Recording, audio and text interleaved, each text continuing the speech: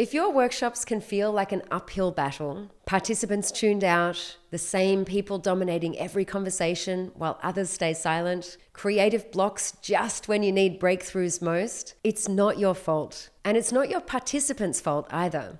The problem is simpler than you think. You're fighting against how the human brain actually works. I'm Dee Scarano. I've been facilitating workshops for over 10 years.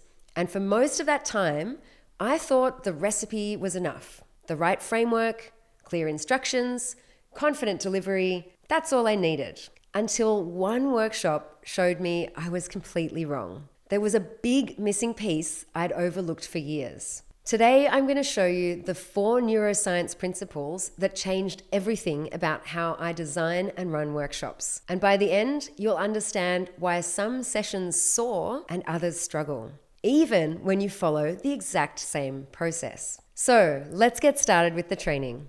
What we're here to do today is learn essential neuroscience for facilitators, how to use neuroscience to keep participants creative, focused and engaged in your workshops. We all knew that's why we were here. First, I want to ask you a question. Do you experience any of these things in your workshops or trainings? And by workshops, I also mean when you run meetings with multiple people in them, even if you're, meetings, workshops, or trainings. Do you experience any of these things?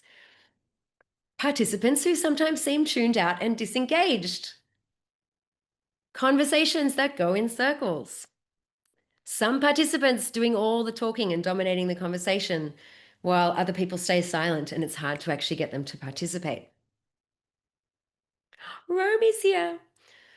Do you experience similar or repeating ideas when you get people to do creative exercises? Do you get similar ideas from the same people so that all the ideas are feeling similar to each other?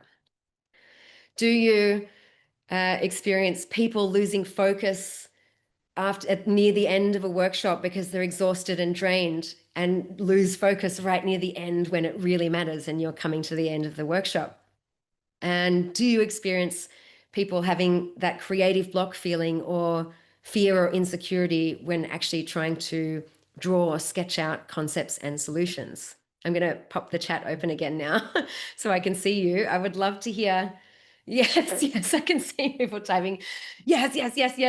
I had a much longer list of these because we've all experienced these, right?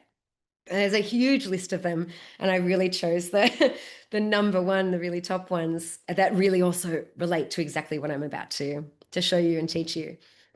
100,000% from Dylan. Yes. Great, good. Then this will all be really relevant for you. Okay. In this training, the rest of this 80-ish minutes that we've got together, I'm going to show you the 4 biggest neuroscience secrets that completely changed the way I prepare and design and run my workshops. And you're all here maybe because you already know me and follow me. And if you do know me, you know I go into deep topics. It's intended for people who have already run workshops before.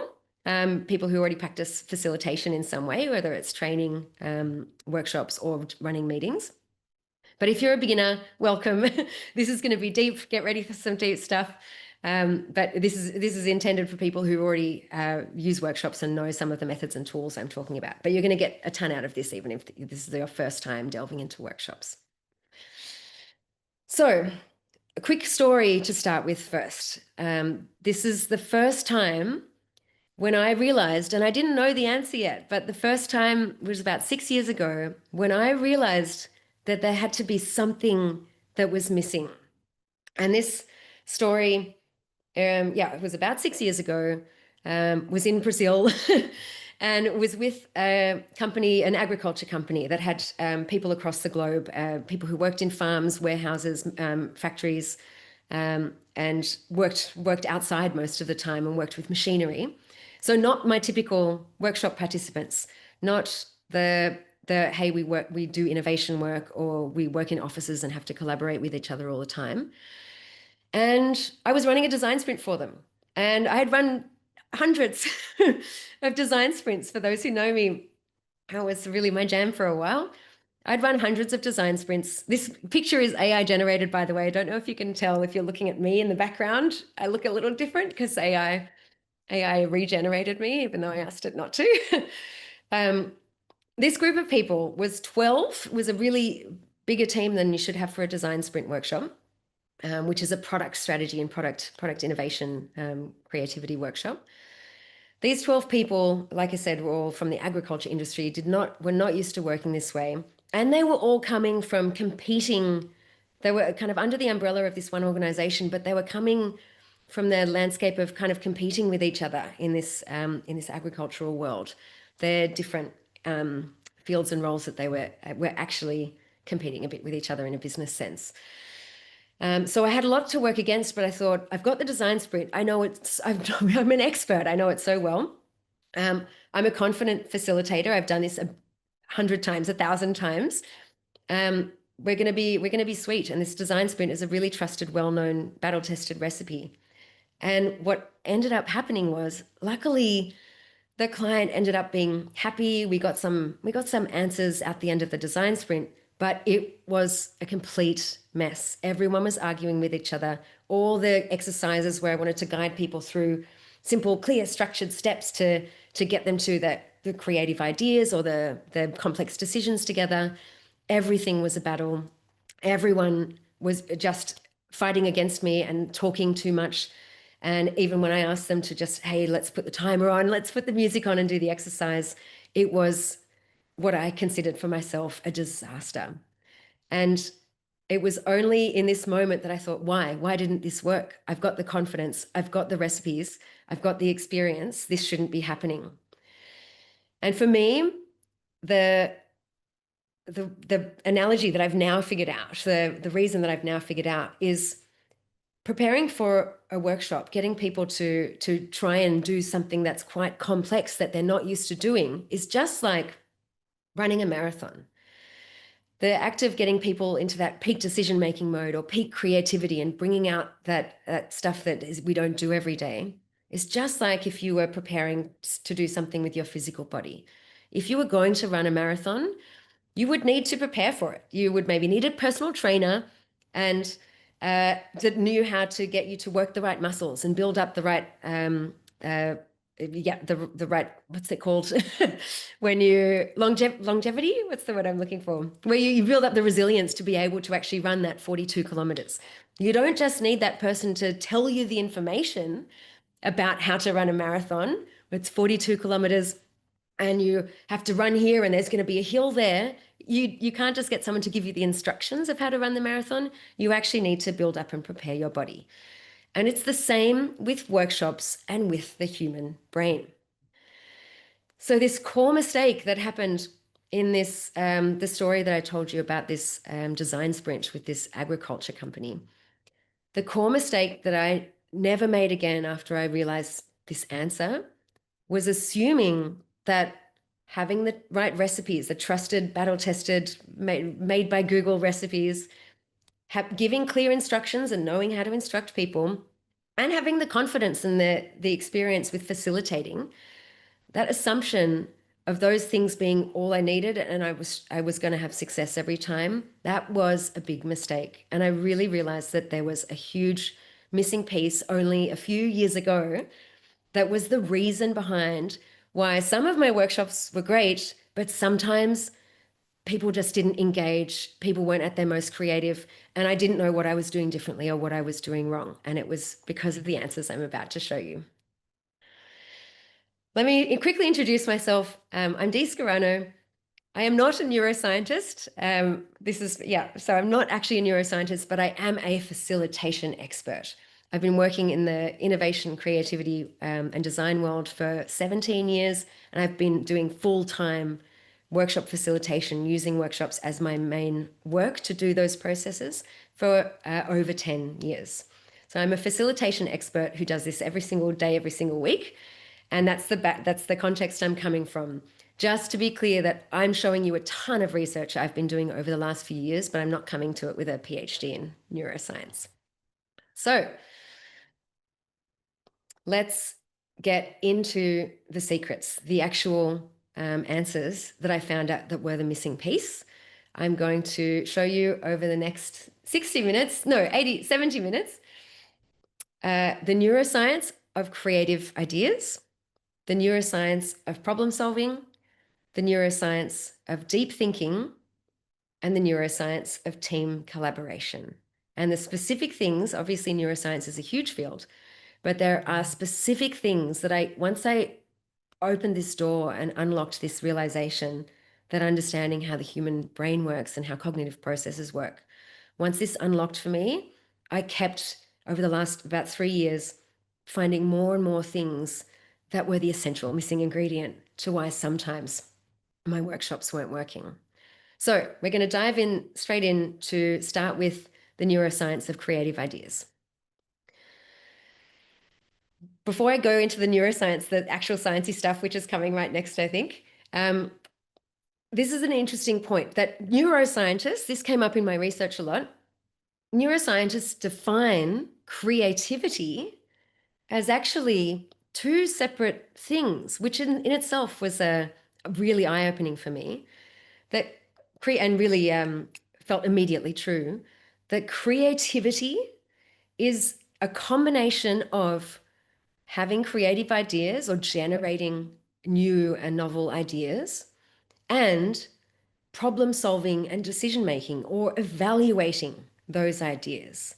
Tell me in the chat, I'd love to hear in the chat if that is already a light bulb moment for you, because in many, many workshops that you've run, that I've run, hundreds, thousands, that's what we do. We get people to open up and explore different ideas, creative ideas, out of the box ideas, and then we get them to make decisions. And that's a really typical steps that we use: creative ideas or idea generation, and then the idea evaluation.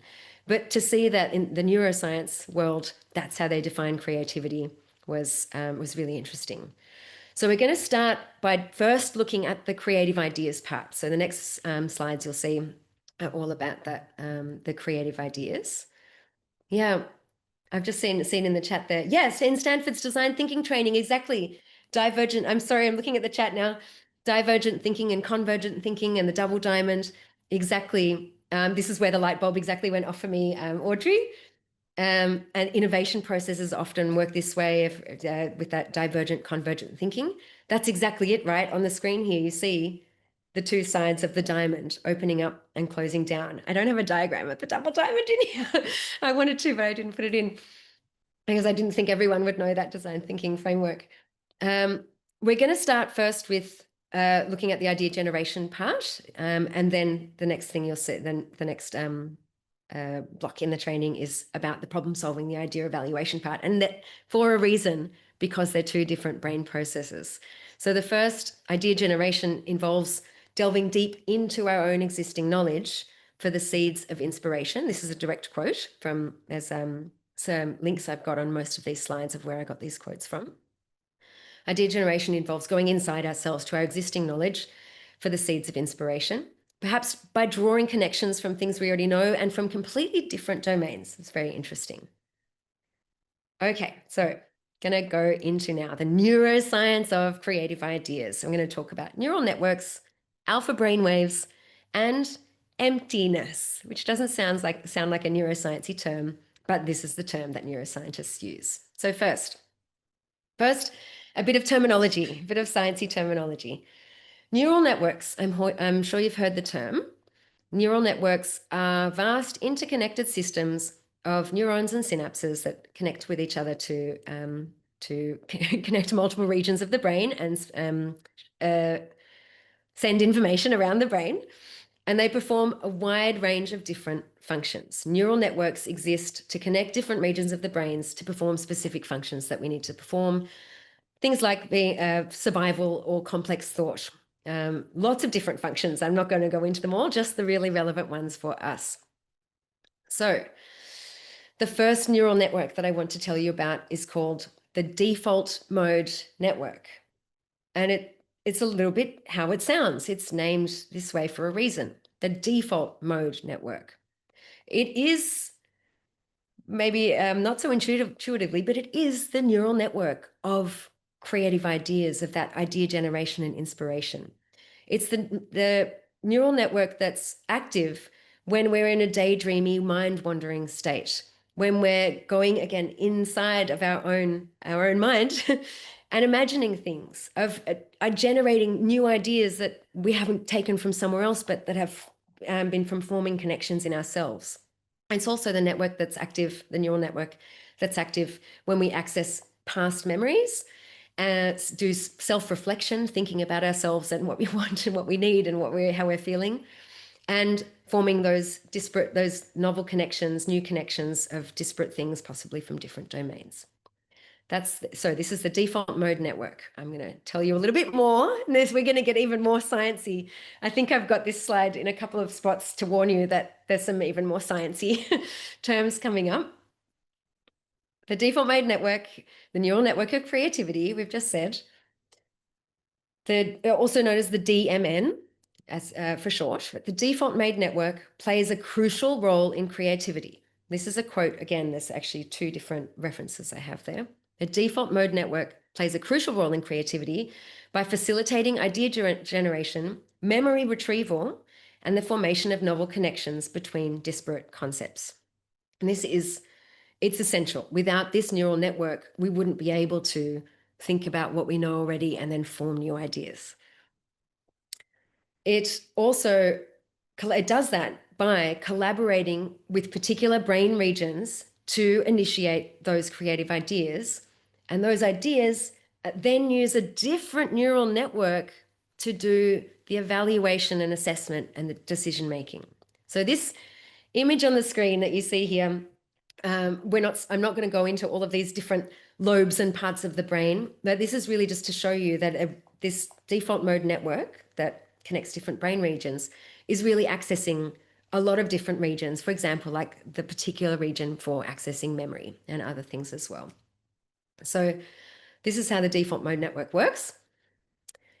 It becomes active. This is a really interesting part.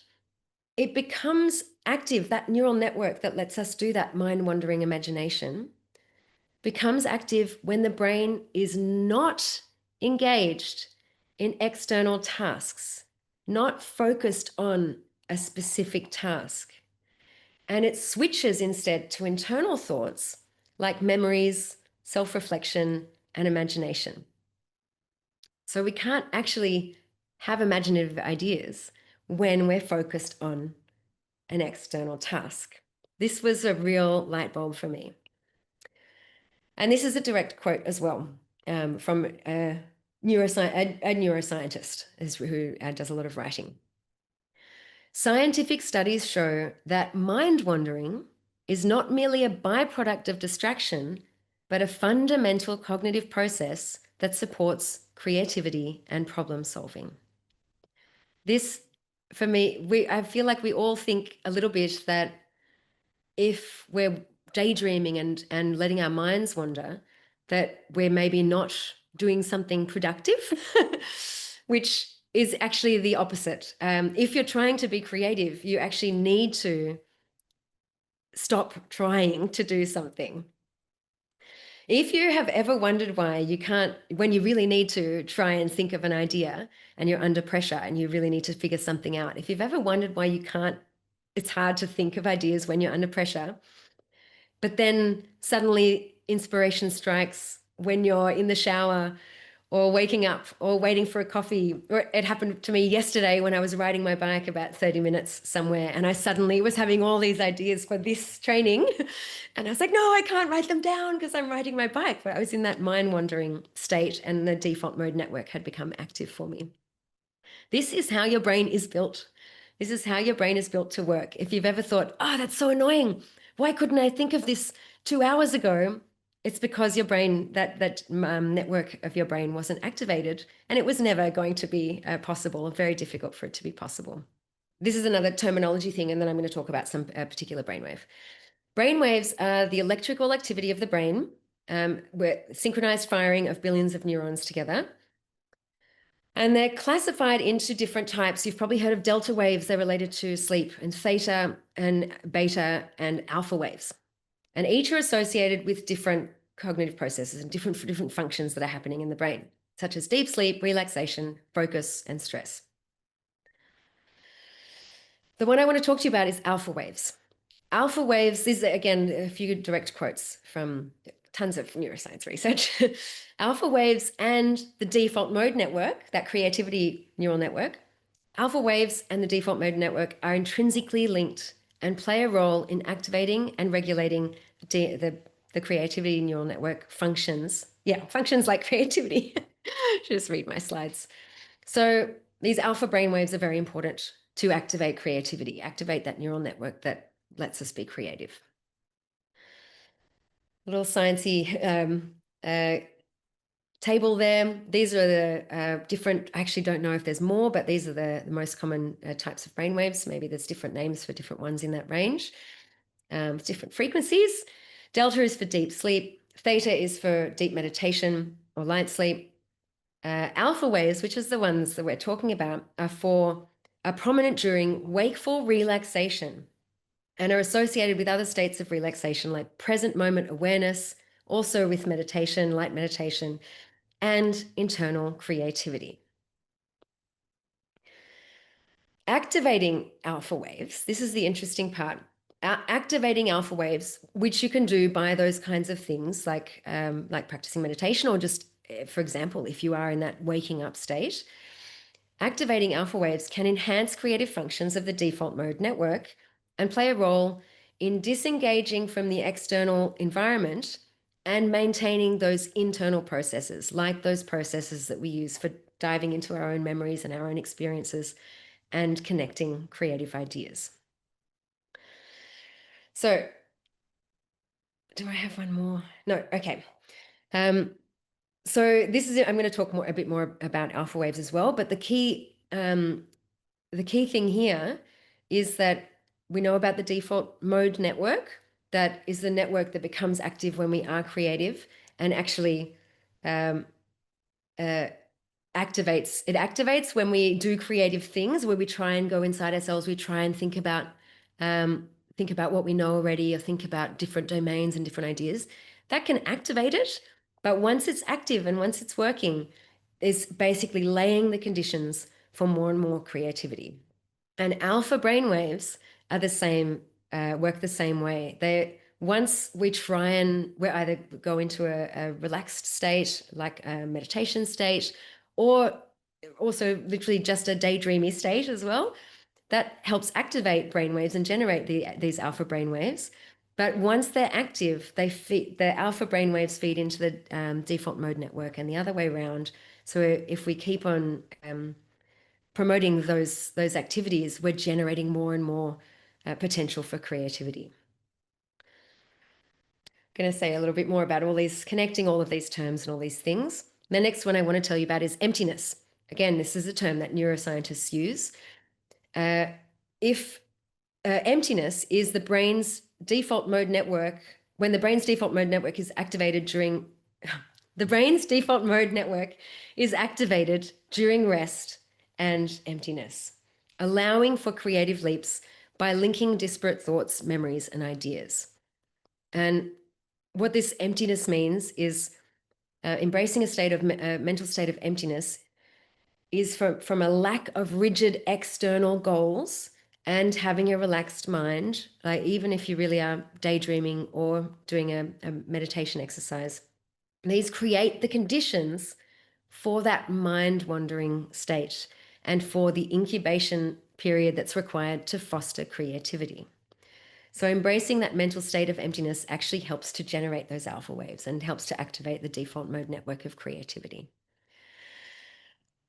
Another quote. Emptiness activates the default mode network and refers to a mental state of internal focus, a lack of outward focus or task engagement, promoting that introspection and mind wandering. So we're actually nearing now the end of this creative ideas section. And to summarize all of these things, I've given you all of these sciencey terms, Creativity is blocked when focused on external tasks and goals. When we actually activate, and I'm going to talk more about that in the next section as well, when we actually activate task-focused different neural networks that are like problem solve, task, do this task, complete this, find the answer, we block those creative ideas. This was a huge light bulb for me because I was thinking about all the different situations that I was in a workshop trying to get people to find answers and actually realizing only in the last few years that I was blocking people's creativity sometimes because I was asking them to focus on these external tasks. The second key takeaway here is that the formation of unique ideas and connections happens internally. This is another really important thing to remember. And if we are directing people to look at this and finish that and solve this, looking at external things and solving external problems, it's the same thing. We're kind of blocking that creative mode, that default mode network, and because we're stopping them from being able to go inside and think about their own thoughts. And the third key takeaway here is that emptiness or a state like this, a real deep wakeful relaxation, is required for that creative thought to happen and those things to be activated. So I'm going to show you a few more things about this. The practical application, which is, I think, I really needed, I feel like I wanted to show these actual scientific physical processes before showing how I've actually changed my workshops and how I apply this stuff. But this is how you can, and I do, practically apply some of these exact things that I've just told you about. And I'm going to show you some examples too. The first one is with priming. How do I apply this? Getting people into that creative zone and activating the alpha brainwaves and activating the default mode network is with priming. I think most people here have probably heard that terminology. Priming is preloading the ideal conditions or preloading information to prime people, to get people ready for what's about to come next. So preloading the ideal conditions for creativity before the stakes get really high and you actually need to get some really great, unique creative ideas out. The second one is scaffolding. Many people probably know this term as well. This term comes from education and learning.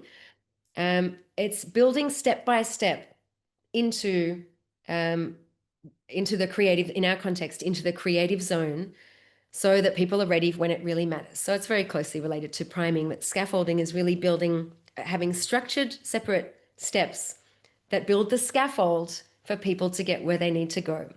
And from education, literally, one of my best friends is a primary school teacher, and she was like, "Oh yeah, I use scaffolding to teach kids in a learning context." I hope I get this right. I'm remembering what she said. It's about skill building, and you don't say, here's the skill, I need you to learn how to tie your shoes. Here's how you do it. You just tie your shoes and you put this string there, and you can do different, smaller, easier steps that build up to that skill. Like you might do another exercise that just helps build their dexterity in their fingers first, this kind of thing. So in learning, it's about building a skill by starting with small separate chunks that build them into that proficiency. And for us, it's building the workshop steps that build people into that creative zone. And the last one here, and I've got some real examples to show you.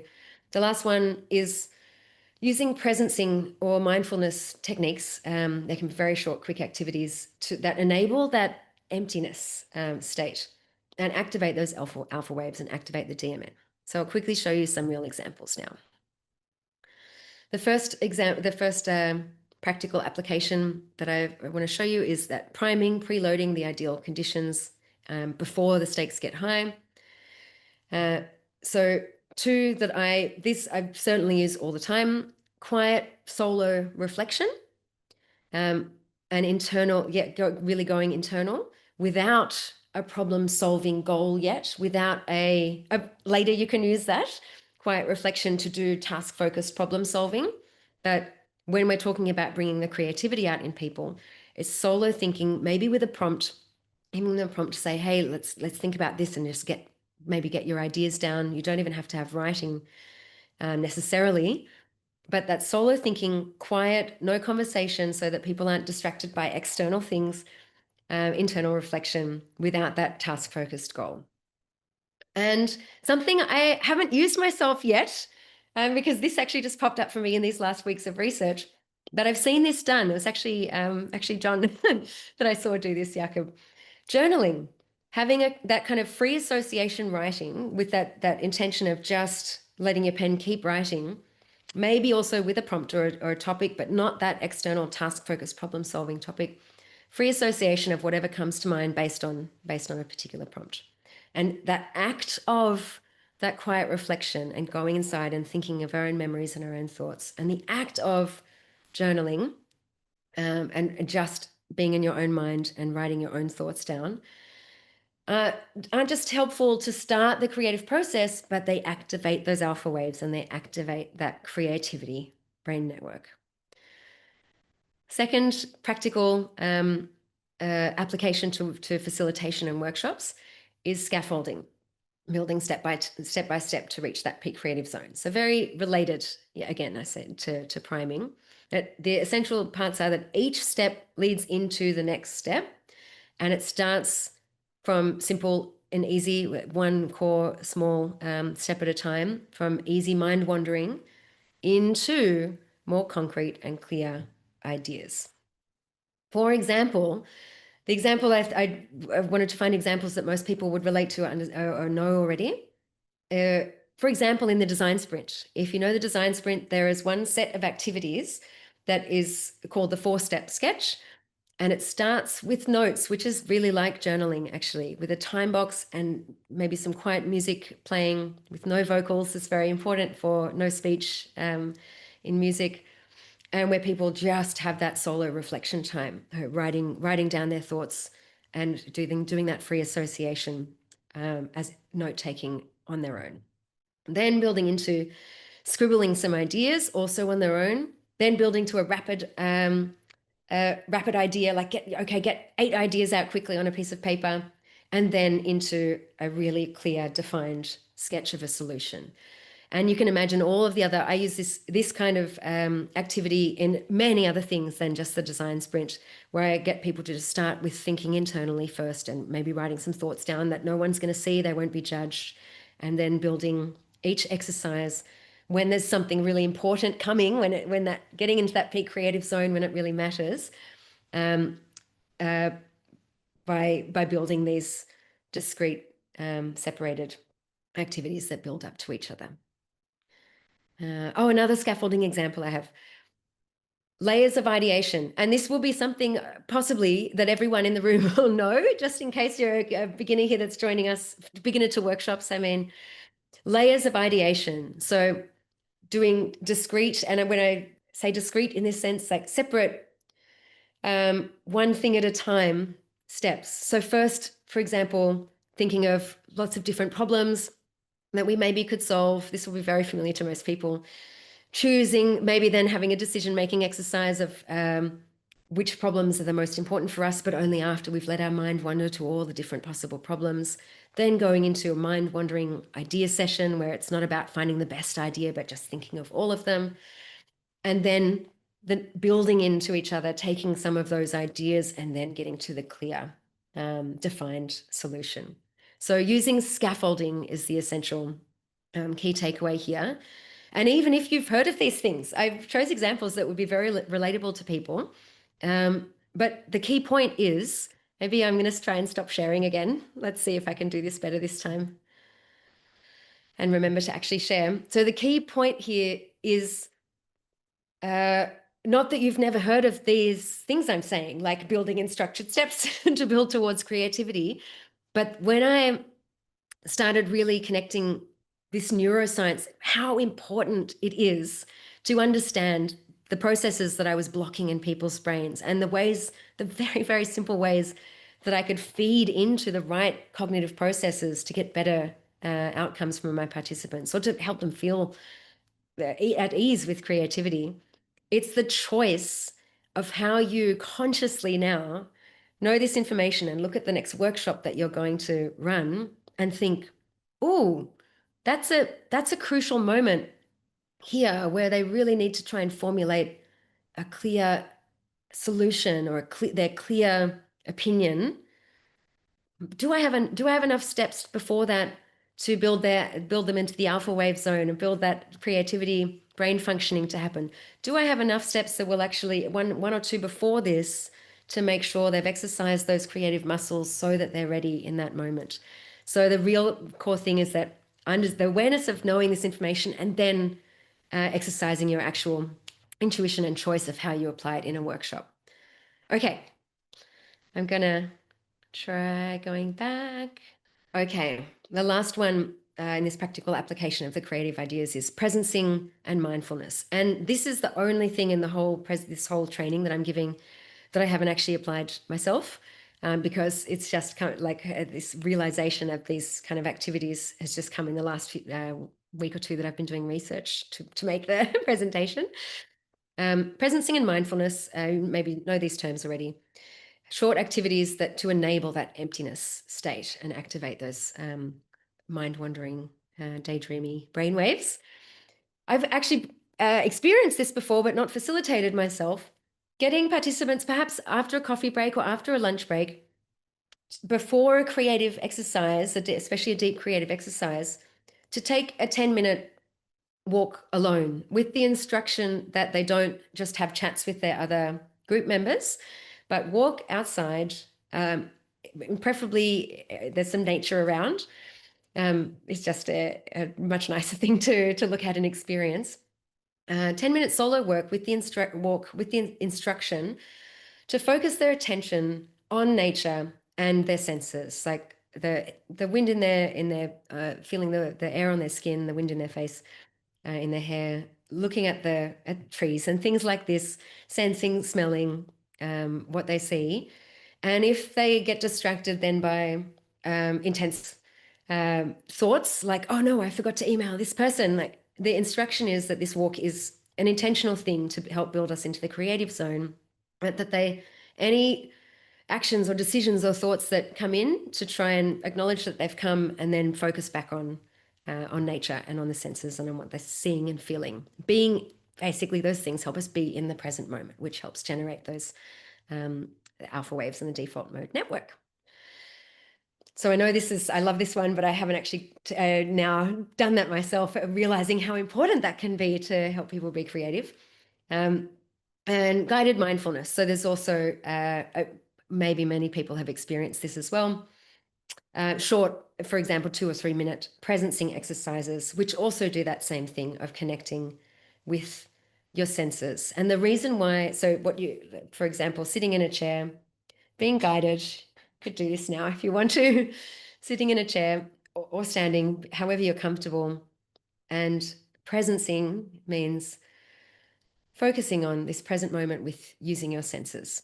So the feeling of the clothes on your skin, the feeling of, for me, the hair falling on my shoulders, the awareness of my body in the chair, my feet on the floor, one foot. And I won't do the full exercise through this now, but that exercise of feeling what I can feel with my sense of touch. And also if there are sounds outside, what you hear, maybe there's cars passing, but try not to get distracted into thoughts about cars. Using the senses, our senses are only exist in this present moment.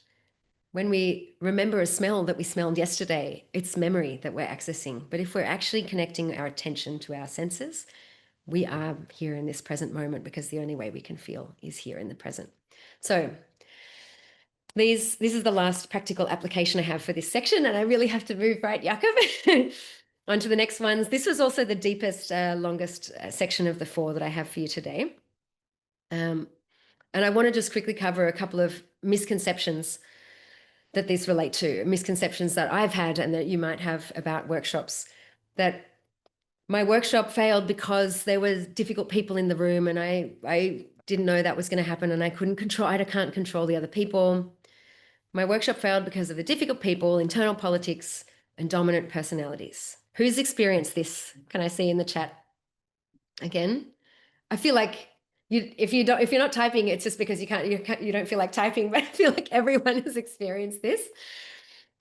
And by the way, you pop questions in the chat here as well that we'll come to at the end. Yes, yes, yes, yes, yes. Another common misconception is, oh, this group just wasn't really a creative group, like that group of agricultural people working mostly on the in outside, and they weren't. I thought they weren't the most creative group of people. It was really hard. I knew this recipe was good and it should work, but they just weren't the most creative group. And this is what happened in that case of that design sprint for me, is that everyone came up with really the same kinds of ideas. And the new mindset I would love you to have is that I now have is that when you know how the brain works, these kinds of things that I've just shown you, you can guide people to that peak creativity and problem solving mindset. And it's all just comes from that little bit of knowledge about there's different processes that I can help activate. And speaking of problem solving, we're going to dive right into topic number 2. That first one, creative ideas, was the longest by far. So we've probably got about just as much time to cover the next 3, just so you know. How are people going with all of the dryness and the scienciness of what we're doing on fire? Thanks, Farhan. Excellent. Okay, problem solving, the neuroscience of problem solving and decision making. Here's another neural network, another terminology for you. There's a few different, in my research, there are a few different neural networks that are actually relevant here, but for the sake of not confusing with too many names, just in case you happen to have some neuroscience background, I want people to know there are at least 2 or 3 other neural networks that are all related, like some of them are umbrellas, which the executive control network kind of falls inside some of the others, these kinds of things. But this was the most the general one that I just chose to have this one name. The executive control network is active during focused, goal-directed tasks. It's crucial for higher order cognitive processes like decision-making, planning, problem-solving, and cognitive control. So this one is much more relevant for us talking about problem-solving. The executive control network, the keywords here goal-directed tasks, decision-making, the evaluation and assessment of those ideas, attention control, so controlling, focusing my attention on this one thing, and subduing or ignoring other things that might distract us, like stopping us from mind wandering, for example, to focus on getting this task done. The executive control network plays a crucial role in creative problem solving by enabling the evaluation, refining, and selection of ideas generated by other brain networks. Like, for example, the default mode network, the DMN. So we need that one, the default mode network, to actually generate and come up with unique creative ideas. But then we need to switch to this different neural network, the executive control network, when we actually want to do something with those ideas, to evaluate them, to prioritize them, to decide, or to flesh them out and refine them. Sciencey warning. This image again, I'm not going to go into what all these different arrows pointing at the different regions of the brain. I don't know what all of those different acronyms are, but I just wanted to show again that the executive control network is accessing different regions of our brain. The executive control, the quote here is the ECN, executive control network, is a network of brain regions that allows you to exercise cognitive control by focusing on your goals and suppressing distractions. The ECN provides that higher level control over your thoughts and actions that you need to achieve your objectives. Creative thinking, and in this sense, the creative problem solving, creative thinking involves that dynamic switching between these networks. And the executive control network is for that controlled cognition, and the default mode network is for spontaneous generative thought. So this key thing here, the light bulb that went off for me was this, I've already said it here, that I didn't know that it was so clear that these different functions of creative ideas and then decision-making and problem solving were 2 neural processes that you switch between. They cannot happen at the same time. If you're thinking, yeah, but I felt that at the same time, like here's an idea, maybe I can focus, here's an idea, maybe I can decide. And we've all maybe run workshops where we're switching between those things, like creative ideas, now let's vote and prioritize them.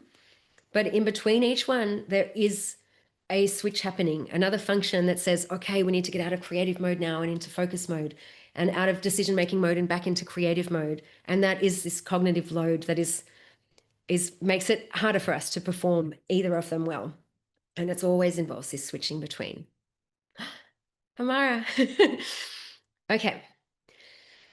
The key, yeah, actually this one was much shorter. The key takeaways here of this neuroscience of problem solving is that the evaluation of ideas is a separate cognitive function to the creation and generation of ideas. Goal-directed decision-making requires that focused external attention and the suppression of that internal mind wandering. So each of these neural networks needs to kind of suppress the other for it to have that peak level of performance itself. To be creative, we suppress those external goal-focused tasks and attention on the external things so that we can go inside ourselves into that creative zone. And when we need to do goal-focused problem-solving, decision-making, we need to suppress the internal mind-wandering, daydreaming state so that we can get that thing done. And this was this big light bulb for me. And here's the ways that I've practically applied that. First, this is again another thing that we all like, yeah, I do that. I use activities that are separated. We separate activities. But again, the key thing here is consciously and intentionally making sure and redesigning and customizing activities to make sure that you separate those two cognitive processes. So designing activities with intention to support each neural process. And this will be different with each room you go into, with each group of people, with each industry that they're even in, for example. Like a group of people working in a creative innovation hub, you might do things differently than if you were going into a room of people that were in competition with each other, working in an agricultural context. So separating activities, but using your own instinct and expertise to now use this information to design and customize your workshops. And again, here is very relevant scaffolding, building step by step into the critical decision-making mode when it's really important. Couple of examples. Separating activities. This is an example from the design sprint again.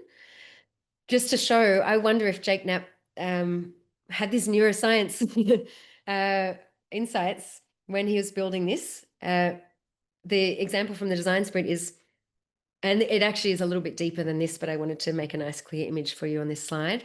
There's a few more steps involved.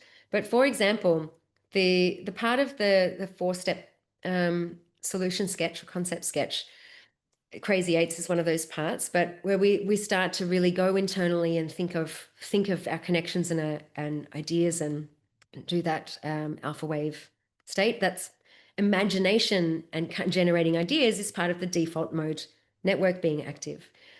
Then the actual solution sketch part where we try and get those ideas out on paper and clearly explain what our full solution is focusing and refining and choosing yourself and assessing your ideas yourself and refining them into a clear concept. And that uses a neural network that I haven't mentioned and I won't actually go into today, the dorsal attention network. And then voting and deciding and actually really evaluating all of the different ideas the group has brought together, pulling out individual pieces in each one and prioritizing and saying which one is more important than the other. That decision-making process uses the executive control network or executive attention network. That's another name of it, or a very related name for the same kind of neural network. So this, again, I've used an example that maybe many people will already be familiar with, but the key point is thinking about your workshops and your teams and different exercises that you might use or are about to do something next week, for example, and thinking am I clearly defining and separating the activities that will use different cognitive processes of the brain, the human brain, so that people will perform imagination at their highest potential, perform their focusing and refinement of creative ideas at their highest potential, and perform decision making at their highest potential. I think I have another example. I have an example of scaffolding here. So the same way we applied scaffolding to building into the creative zone, we apply scaffolding in the decision-making context as well. And the example I have to show you is the layers of voting, like actually in the design sprint example I just showed, but here's clearly spelled out, using layers of decision-making and layers of group voting, starting from that simple, not too difficult, we don't have to reach that one crucial decision just yet, but we start with something like heat map voting. And heat map voting is where, many people know, heat map voting is where you give everyone several votes each, and they're not even votes, they're really just like interest dots. Well, that's interesting, that's interesting, that's interesting, and you build up a heat map of where people think interesting ideas are. Then building into another layer that helps us get closer to a decision. Another layer of, okay, let's be a bit more focused now and just place one bet on one idea, and you maybe have 10 people in the room, and then you start to get a narrower view of things by using only, for example, one vote each. And then you really need to make a clear, definite decision. And there might be a third layer. Many people will be familiar with this, where someone with more decision-making power can use all of the information that's now there, all of those red dots and blue dots, whatever color they are, which are the opinions of the group, that you've built people into that zone of being able to have more information to make a decision and then make the final choice. And the essence is that choice for me exactly is that in this situation right now, could I just give people one vote each and then we make a decision? Do I only need one step of voting here? Is this a very difficult, very complex, very important decision? If so, maybe I need to do more rounds, more layers to help people build their brains in, and build the information in to make a very critical, high stakes decision. Is it a simple, small choice that we can change our mind about later? Maybe I can save time and just give everyone one vote each and we make the choice. Or is it mission critical and high stakes? I'm going to take time and use layers of voting to make sure I build people into that peak decision-making mode. So a couple of common misconceptions that I felt, and that you may have as well. Things that I remember thinking myself is, I showed the people all the steps to follow. It's not my fault if they didn't follow them properly. Or, oh, okay, I thought I had a second one. The new mindset I now have, and that I would love you to have, is that understanding how people's brains are actually working will help you apply the most appropriate steps for any given exercise at any given time. There's particular different goals that are more important than others. Sometimes you don't need to burn people out by doing tons and tons of steps and can give them a quick one when it's not so crucial. And other times you really want to make sure that you reach that crucial moment, not just for their sake, but so that you can say as a facilitator, I got the best outcome possible out of this group. So we're more than halfway through for sure, because these two topics were longer. The neuroscience of deep thinking. This is actually, of all of the four, perhaps the one that was the biggest game changer for me. And I really realized I had no idea before what I was doing wrong, and it changed everything. The first science terminology that I'm going to tell you is neurotransmitter. I feel like you've probably heard that term before. But I'll just explain exactly what it is. A neurotransmitter is a chemical messenger that passes information around our brain and our nervous system, so through our body and to our limbs and things like that. They influence functions ranging from movement and sensations to emotions and thought, so external things and internal things. First one neurotransmitter I'd like to mention is dopamine. I think we probably have all heard of dopamine as well. And this is particularly in reference to dopamine and the the concept of being an extrovert. And I just want to say that I don't particularly love the terms extrovert and introvert because I don't think they cover everyone. And me personally, I would actually, literally just for personal reasons, I would love to hear in the chat if you feel the same way as me that I'm about to say. Everyone who meets me thinks absolutely, says, Dee, absolutely, you 100% are an extrovert. But I don't feel like it. Or rather, I feel like I have so many introverted tendencies. Extroverts have more active dopamine reward systems, which motivates them to seek out energetic external engagement and novelty seeking behavior, which basically just means newness, new things. Oh, that's exciting. That's interesting. And this translates often into people that come up with lots of different ideas, like, oh, I've had that idea. Let's move on to the next one. What about this? What about that? So it's like newness, like I'm ready to quickly have one idea and move on to the next. And then another neurotransmitter, which you may not have heard of. I hadn't heard of it before I dug into this field, this neuroscience information for us facilitators. There's another neurotransmitter called acetylcholine. And acetylcholine is much more connected with introversion, if we're going to use that term. Introverts have more sensitive dopamine receptors, more sensitive to that external engagement and exciting new things. This is why we have to run into the toilet. Introverts have more sensitivity to dopamine receptors, the dopamine, and because of that, a greater affinity for acetylcholine, which is a neurotransmitter, again, a chemical messenger that helps us, sends information around. Greater affinity for acetylcholine, a neurotransmitter that promotes calm and relaxation, these people prefer solitude and quiet internal reflection to recharge. That sounds familiar to you.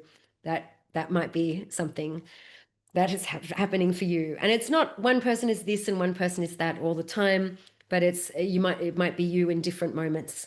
You getting, like I think I am really, getting really excited and wanting that external excited engagement and having tons of ideas. And in other moments, finding that I feel like I achieve so much more when I just get away from all of that overstimulation, overload of dopamine, and go into myself and think and go into that reflective state and relaxed state and getting that recharge feeling then. So these two neurotransmitters, very important for us to understand as facilitators because of how they affect that speed of thinking especially when it comes to having thoughtful ideas. The speed of people's thinking is influenced by which neural pathway is dominant, and these neurotransmitters travel on neural pathways. Speed of thinking is influenced by which neural pathway is dominant for that person or at that time. Acetylcholine supports slower, deeper thinking. It's the image on the right, actually. It has a much longer neural pathway. There's just literally a lot more time for that information to travel along that neural pathway when it's operating on the acetylcholine bus, the neurotransmitter, when it's riding that journey on that particular highway, for example. And dopamine facilitates faster, more reward-focused external thinking, like, oh, this idea, what about that? Oh, I'm inspired. What about this next? And that has a much shorter neural pathway that it travels on. Dopamine travels on a much shorter neural pathway. Things happen faster. A lot of science again. But the key thing here for me, I've literally forgotten what I have on my next slide. Yeah, okay. The real application. The key thing for me is that the connection I made was, oh my gosh, we've all used, tell me in the chat again. I just want to keep checking in with you all. Tell me in the chat again, or even use reactions. Actually, I love reactions as well. Maybe you can use a reaction every now and then. For this one, if you've got, do we have reactions on actually, Jakob? I'll see in a second if you do. Yes. If you use, yeah. Thanks, Jakob. Tell me if this has ever happened to you, where first of all, tell me if you use time boxes in your meetings, workshops, or trainings where you say 10 minutes, time on the clock, Everyone do this activity now. Thumbs up, thumbs up, thumbs up. Great. The really key moment for me is I realized I was using time boxes, and sometimes if my client had given me like, oh, I've only got 2 hours to do this, so I'm better just rush people through the activities and give them 2 minutes to come up with some ideas instead of the 20 minutes they might have given them otherwise.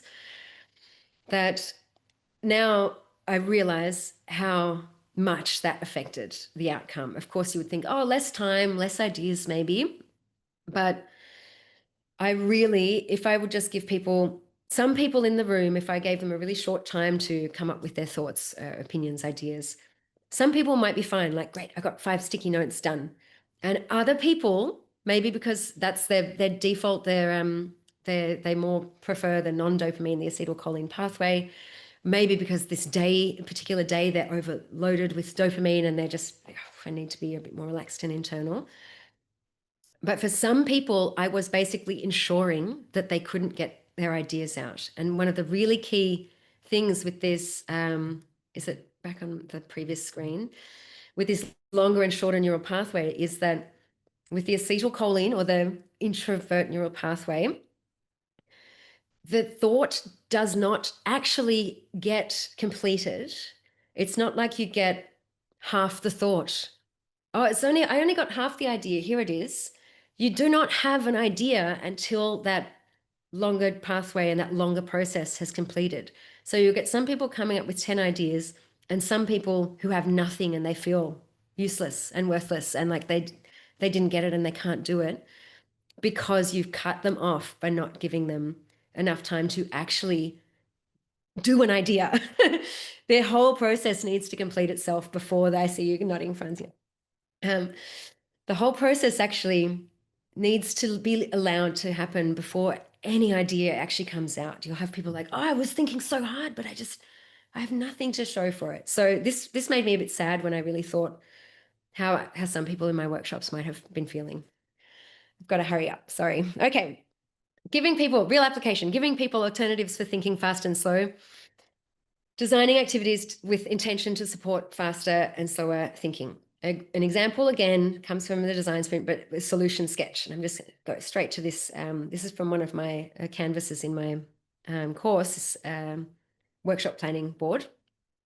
That what I will do is, this is just a visual here to really tell you, that what I will do is with the critical moment of coming up with a cohesive solution idea, I will absolutely, unless it's impossible, make sure that I have that solution sketch activity in a moment, hopefully at the end of a day or before lunch, in a moment where I know that, hey, if they get done it in the 30-minute time slot, great, hand it in.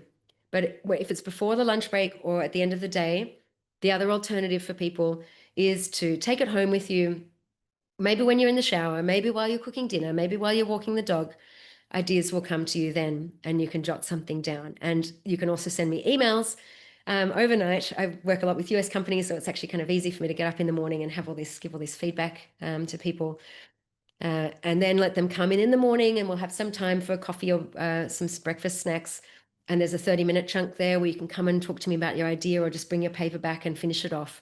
So there's really alternatives that didn't actually change much about my workshop, but I just gave people the allowance to take their time and let ideas pop in when they're doing that daydreamy stuff. Like waking up, it often happens for me that as I'm waking up, I think of the idea that I was trying to yesterday. Okay, I think, oh, I was going to highlight these parts for you. So this is on the screen. I'm going to keep moving. And these are some of the canvases in my online course that you use to design the activities and plan out activities.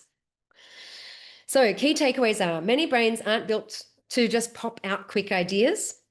Give alternatives to people when it counts. Sometimes too many alternatives is too much and confusing for people, but when it really matters, try and think of how you could give that alternative for the longer, slower, and deeper neural process. Your power as a facilitator is in awareness of these things, plus the choice that you apply in your context, in your workshops, with your teams. Some common misconceptions. Some people aren't just good at sketching. Some people just aren't good at sketching. I've thought this a ton of times as well, like, oh, well, don't worry about them. Some other people will hopefully come up with some good ideas. And I gave everyone the same amount of time, so it should have been fair. They should have been able to do it. And now I realized I was cutting half the people off. So the new mindset is, it's not that the group wasn't good enough. It's not that some people just weren't creative. It's about the environment that you create using these neuroscience insights. I'm going to move to the last one, try and do it in a couple of minutes. Team collaboration. It's the shortest one. Neuroscience of team collaboration. The big one thing here I want to tell you about is mirror neurons. You might have heard of these as well. They're brain cells that activate when you observe someone performing the same action as you, and they allow the brain to simulate the observed action. So you see something and you're like, oh yeah, I can do that. I can do that too. I relate to that. I can access that. And they provide a basis for understanding other people, understanding their actions and why they're doing them, their intentions, and other people's emotions. Mirror neurons. And the thing I really want to tell you about is storytelling. Mirror neurons activate with storytelling. That's the next slide. Mirror neurons facilitate learning. They help with us actually internalizing and learning information, allowing people to mentally model other people's actions and then understand their underlying intentions and what they're trying to teach us and why. And there's this great TED talk, you should watch it. Mirror neurons can be activated through storytelling, stories with relatable details, real examples and personal experiences, like some of the ones I've been telling you about today.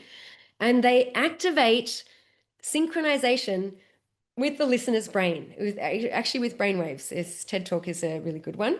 You can put it in one of the emails that we send after as well with the follow-up. And they foster a deeper connection and understanding of the person that that's telling that story. For teamwork and for team collaboration, mirror neurons facilitate better communication and a shared understanding between team members. This can lead to more cohesive, high-performing teams that willingly coordinate their actions effectively. So the key takeaway here, this real practical application, is for me, I'll just pop them all up here on the screen. In anything I do, anything at all, if it's a talk at a conference, a teaching workshop, a mission critical design sprint, or even a small meeting with a team, I always make sure I tell a story. If I want people to get on board with each other and with what we're doing here, I ask other people to tell stories and maybe have a bit of, like, you can do Zoom breakout rooms, for example, and get people to share stories with each other. Like, what do you find are the problems? What about you?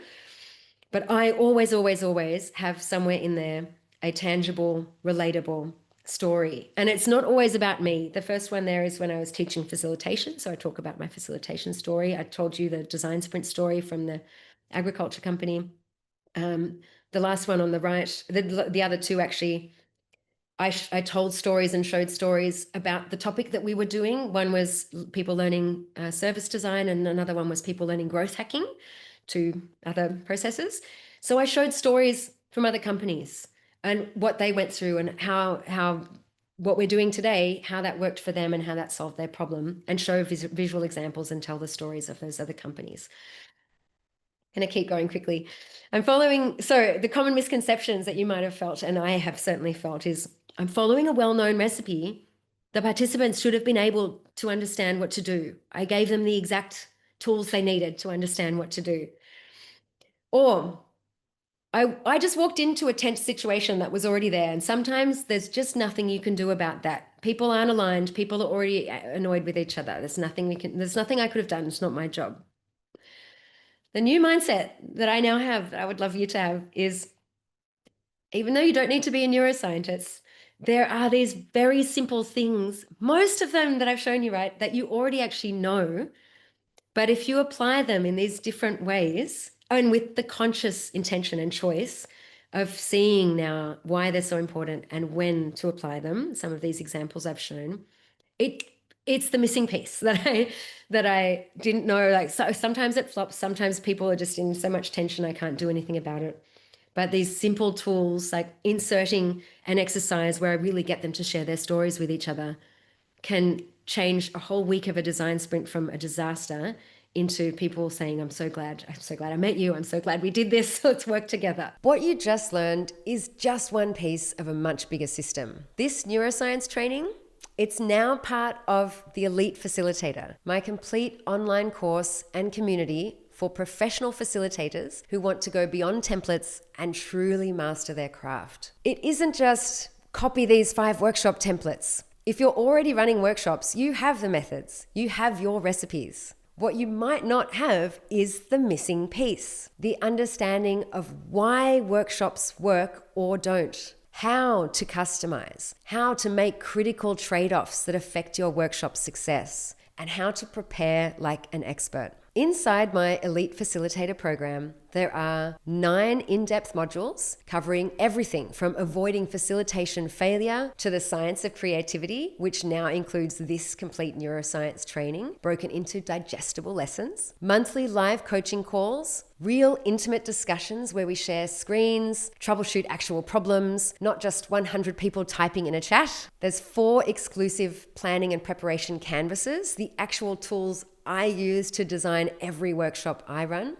And most importantly, there's a community of professional facilitators just like you who actually understand what you do. You'll get lifetime access to all 9 modules, which includes over 32 video lessons, this complete neuroscience training, monthly live coaching calls, 4 downloadable power boards, access to behind the scenes content of me actually planning my real client workshops, full access to my advanced facilitator online community, a certificate of completion, and that all comes with a 14-day money-back guarantee. Just click a button, no questions asked. And there are payment plans available if that works better for you. Most people think workshops just means icebreakers and trust exercises. But you know, this is strategic work, complex work, work that actually moves organizations and teams forward. The real value isn't just the content. It's being part of a group of people who speak your language. And because you just spent